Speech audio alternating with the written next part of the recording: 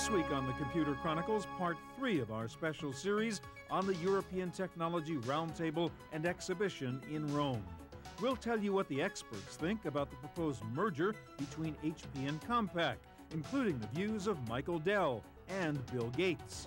The Red Herring's Tony Perkins says the days of the PC are over and that we are now entering the post-PC era.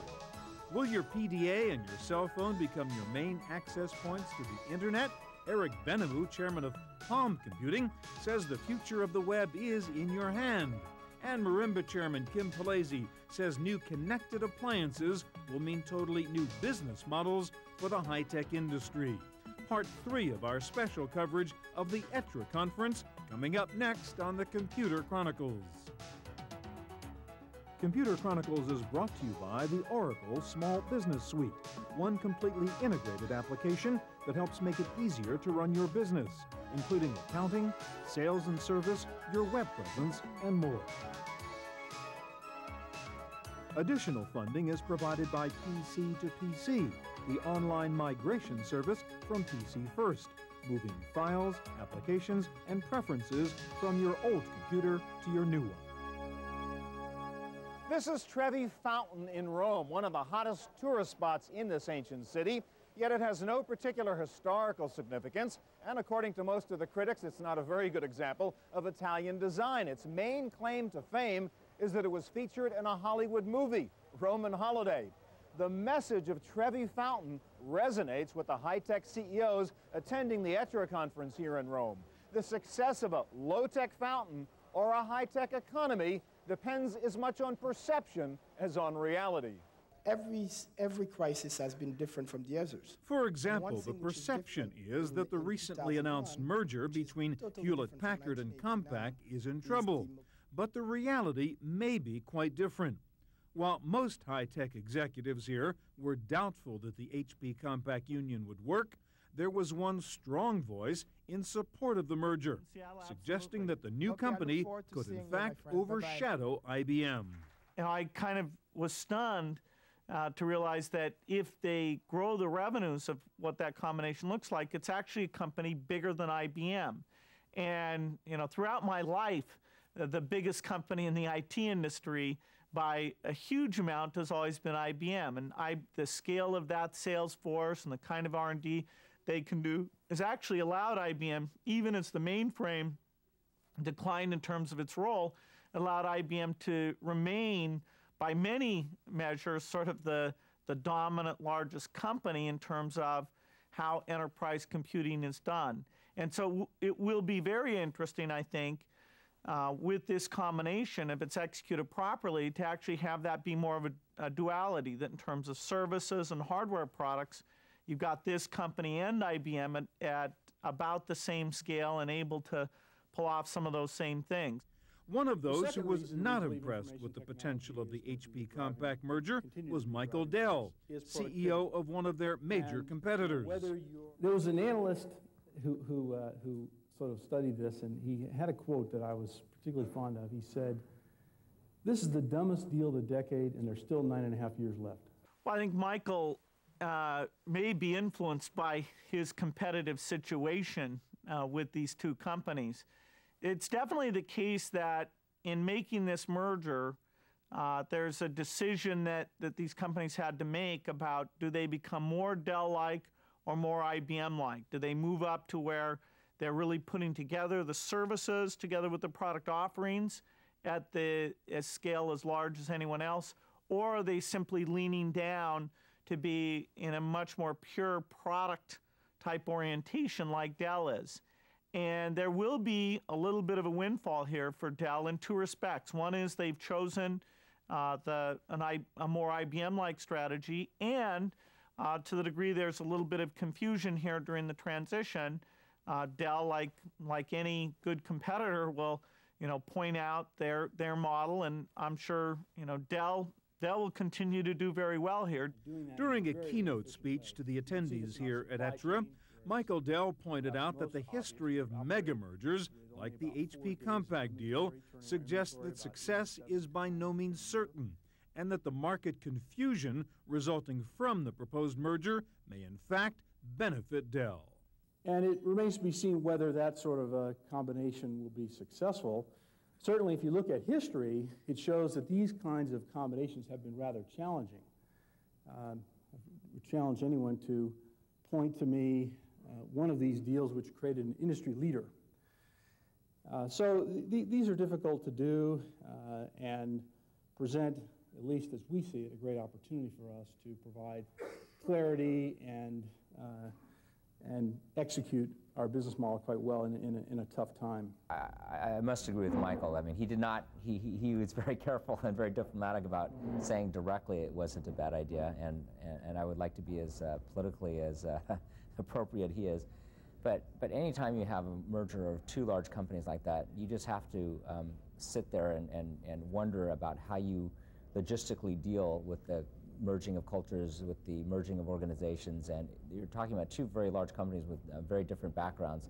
They will have a very difficult time, and history has proven that mergers like that, of almost of equals, doesn't work very well. It's very, very tough, and in fact, both of them may suffer first before they actually see any benefit of combined entity. 85% of technology mergers don't succeed. So why would I go and take my shareholders' money and pour it into something which won't succeed? Compaq just went through a phase where they tried to absorb digital, and it was an immense failure, Why do they want to go again to a next wave of merger against 3 years later, which may not yield a result that you anticipate? So if I were them, I would have been more cautious about going after this thing. Many of the analysts here at ETRE thought that the HP Compaq merger was in fact the most difficult kind of merger to pull off because of the considerable differences in the style and culture of the two companies. Of course, I understand the advantage of a critical mass. Of course, I understand that they wanted to be better positioned vis-a-vis IBM. Of course, I understand that if they were to pull this off, it would make a very, very compelling proposition for the customers, and there are some great savings and great addition in revenues and a great potential for shareholder value. But it comes at such a risk with very geographical dispersed organization, not really at the international level, but with totally different cultures. HP is a 50-year-old company. Compaq is a PC-oriented 1981-born company, and one is the Silicon Valley tycoon and icon. The other one is born in Texas. Those two cultures don't mesh well. So the bets against the success of this merger are extremely high. While most of the industry executives here at ETRE were focusing on the potential of the HP Compaq merger to match IBM in size, some thought it was also designed as an attempt to match Dell in efficiency. In one sense, what they're trying to do in driving costs down and eliminating cost is a good thing, because let's face it, these companies have a cost structure which is too high. If you look at the most recent quarter, Compaq's operating expenses were 21.4% of revenues, okay? Dell's is like 10.5, so it's like double. No chance, okay? Look at inventory, okay? We have 4 days. HP has 66 days. But one of the raps on Dell is that it is not really a technology company, only an assembler and seller of hardware. Michael Dell, of course, disagrees. I don't think of R&D spending like the nuclear arms race. It's sort of more is better, okay? The way we think about it is what's the right amount that we need to spend to get the result we want. So in other words, if you look at the total pool of R&D in our industry, it's about $15 billion, okay? The vast majority of which is spent by two companies. You can probably guess which two, okay? And all the other companies don't really spend a whole lot, in relative terms. So as I see it, our role is not to reinvent the things that are already available from our suppliers and our partners, but to leverage those and to create essentially exactly the right product. Despite the criticism that Dell doesn't spend enough on R&D, Michael Dell says other computer companies are, in fact, trying to copy the Dell model. We don't develop power supplies. By the way, nobody in our industry developed power supplies. But you enhance. Now, 5 or 10 years ago, a number of our competitors had their own power supply design teams. They had been forced to, by economic conditions, to give those up, just like they gave up graphics chipset design and core logic chipset design and other elements of design. And in fact, you know, if anything, their design approach has incrementally approached ours, you know, and they've certainly been trying to, you know, approach our supply chain, but the differences are still huge.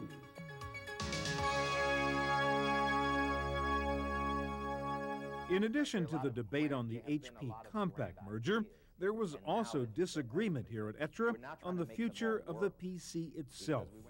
Many analysts were touting the so-called post-PC era, in which various information appliances would take over. But during his keynote presentation, Michael Dell saw it another way. I remember 1990, that's back way down there, just after the 46, somebody said we were entering something called the post-PC era. And I note that's been particularly good for business. You know, so whatever the post-PC era means, it, you know, really started to take off then. But there's been a continuing wave of innovations and technologies, and a lot of people sort of question, well, what are we going to do with 2 gigahertz and 5 gigahertz? And so far, what's continued to happen in our industry is that the applications tend to expand, and the uses tend to expand to fit whatever computing power and whatever bandwidth is available. And I really don't see too much of an end to that, in spite of some of the current challenges. Well, it's nice to see guys, smart guys like Michael Dell be wrong, because as long as guys like Dell are wrong, that means there's another generation of guys that aren't wrong that'll come up behind him and surprise him with new things. Again, I think my general view is that we've got to break the mindset that PC shipment numbers are somehow the ultimate benchmark for the health of the IT industry. You know, we're very obsessed, for instance, this year with the fact that PC shipments have actually gone down. I tend to agree with the Roger McNamees of the world who say that the PC industry has finally matured. And in a mature industry like the automobile industry, it'll become cyclical. One reason some experts thought the PC would morph into a thin client terminal was the push toward web-based applications and outsourced IT services. But Bill Gates says that has not happened. One of the great myths of the last several years was that corporations were going to take internal IT activities like running applications and outsource those and let those be run by external parties. And the amount of that we've seen versus, say, the forecasts that many of the so-called forecasters did, you know, it's easily 90% less than they would have forecast. In fact, it was a lot of that was startup companies that were willing to use that kind of approach. We have seen outsourcing of websites, and beyond that, it's very modest what's gone on. Corporations want to control the priorities, the security, the configuration of the things that they're doing. According to Gates, one reason the ASP model hasn't worked too well is because full-blown computers have become as inexpensive as the simple terminals that were supposed to replace them. The cost of the corporate desktop PC now being down around $1,000 or so, even up in the laptop space, more in the $1,800 range. Most of what we're seeing is still the classic purchasing model, where people want to buy a piece of software and be able to use that software as much as they want. Both sides of the post-PC debate are probably right. PCs will hang around, but PC functionality will migrate to other platforms. I think PCs will be with us for the foreseeable future. I think there are certain applications, spreadsheets and so forth, that those are the best machines to use those applications on. But what is happening, what we're starting to see in our business is real delivery of non-PC devices. So instead of just talk about it, those devices are now starting to be used. And now the reason we know this is the companies that deploy them, the service providers and the device manufacturers and the real-time operating system vendors are all starting to worry about how do we manage these things? How do we get the software there? How do we do, you know, a company like Morgan Stanley, for example, is now spending money on managing those as typical assets along with their desktop PCs and their laptops. So that's, to me, the real signal that this is real. If a company like a Morgan Stanley is actually viewing this as a standard part of their corporate IT infrastructure, it's here, but I think the PC is going to be here for a very long time as well. Tony Perkins says there are two aspects to the growth of connected information appliances, and that the changes Kim Palese talked about for the business customer are also taking place at the consumer level. First is what I call the always-on generation. This is a group of young people who are always on the internet, largely through instant messaging and email, but they're also downloading video, downloading audio. They're a whole generation that has grown up completely and totally dependent on the internet. And I think statistically what you're going to see is the number of internet users is going to continue to explode. We have about 500 million today. I think by Christmas of 2003, virtually every electronic device that is manufactured will most likely come with an internet connection automatically built into it. That in and of itself is going to take that 500 million number to 2 billion, I think, in the next 4 to 5 years. That is a huge market opportunity to do lots of things. One factor that has held back the growth of the new information appliances, like 3Com's ETRE and Curbango, is the slow growth of home networking. What happened is that the whole premise that consumer networking was just starting, that premise has been pushed off by 2 years at least, simply because of the massive economic downturn. Consumers today have other things on their mind, particularly after September 11, but even before, than adopting a more digital lifestyle. There is a fringe of consumers who are ready for it, but it's not big enough. So that market is just not a big enough market to justify these kind of investments. But Eric Benamou thinks the information appliance will make a comeback when the economy turns around. I do think that ETRE and Curbango were really very good, useful technologies. I happen to have one of each in my home, and I use them every day, and they do enhance my lifestyle. But the amount of investments required to create a consumer service support infrastructure, the amount of distribution and marketing required to do a good job of educating consumers is just enormous compared to the opportunity available today.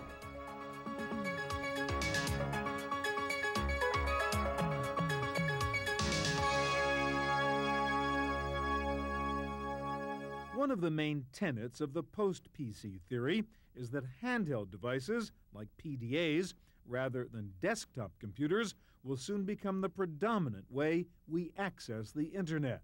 Today, it is primarily used for simple applications, everyday applications like calendaring, keeping contacts, and taking a few notes. The handhelds of tomorrow inevitably will have much stronger multimedia contents and will be wirelessly connected. So we had to start the handheld business somewhere. We started around 2 compelling applications, but now it is really moving into a wireless, always on, and it is also moving to communication-oriented applications. There are twice as many people on this planet that own cell phones than own PCs.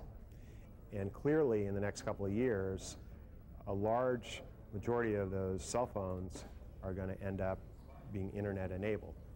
And so we're going to see, in our view at Red Herring, the number of people surfing the internet going from 500 million to 2 billion, and those new numbers will largely come from people that own cell phones, that hook their TV to the internet and their stereos, and engage in other kind of internet services. So I think what we have to do going forward is look at internet devices and not just PCs. And this is what we're really gearing Palm OS to do beginning this year.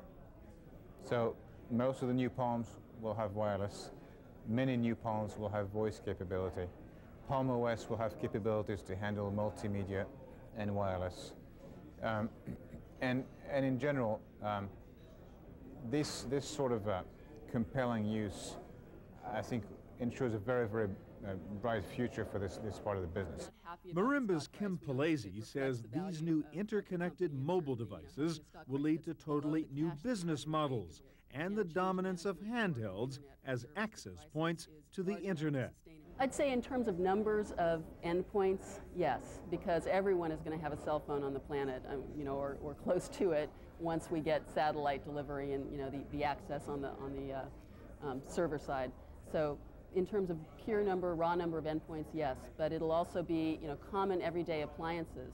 Again, this intelligence is being embedded in everything we use in our lives, and it's becoming cheaper and cheaper to do that. And what happens then is there's a service capability, a revenue stream that the provider of that dashboard system in your car or consumer appliance can now start charging for subscription fees. That will become part of the standard revenue model instead of just one-time charge for the device itself, and then that's the end of the road. For Palm, the longtime leader in the PDA market, grabbing a piece of this new connected mobile market is a key to its future. I mean, think about 500 million cell phones in use today, or maybe 400 given the downturn. Even if only 10% of these phones become smartphones, this would create a market which is twice the size of Palm today. So clearly there's a bright future there. Palm has to execute a transition in its operating system to take advantage of that new market opening up, and it's well underway doing that. But there are critics who say that there are problems in the wireless world, too many standards and too small a form factor. And Michael Dell thinks that will inhibit the growth of mobile devices as a serious business. There was an interesting study recently that ETRE conducted, and they asked people, how many of you would like to use your cell phone to spend money online? And only 4% said yes. Now, it's quite conceivable that this small screen would be your only window to the internet, but I doubt it. That's an idea actually that was pretty popular a year or two ago. People were talking about, oh yeah, we're going to not going to have computers anymore. We're all going to have these little tiny screens. That's going to be our window to the internet. Even with GPRS, which is sort of a WAP plus kind of environment, as I've experienced it traveling across Europe, I don't think that the mobile devices are going to completely replace notebook computers. The other problem with today's mobile devices in the United States is that they don't have the same capabilities as similar devices in Asia and Europe. We have 3 different phone systems, and then we're talking about a sort of intermediate step that will bring us closer to the European, but it won't quite be the same. So it's probably one example of where government regulation may have been good, that if the U.S. government had actually done what the European governments did and said, we're going to use one phone system, then you could take your phone anywhere in the world. A European today can take his phone to New York, to L.A., to Las Vegas, to Rome or Paris, and you call him up with the same phone number and you find him wherever he is. That seems to be the sort of the minimal standard that we need. And as Americans learn that this exists, there will be more pressure to make all these systems either work better together or replace them with one that does. But for now, PC industry leaders like Michael Dell are not very excited about getting into the handheld business. And as far as the handheld market goes, it's not nearly as great a priority for us today as storage or services or other potential markets. And the reason for that is it's really not a very big market, and it's not a very profitable market. So we like markets that are big and profitable and where we know our business model will work. We think the business model would work in handhelds, but we just don't see the size yet.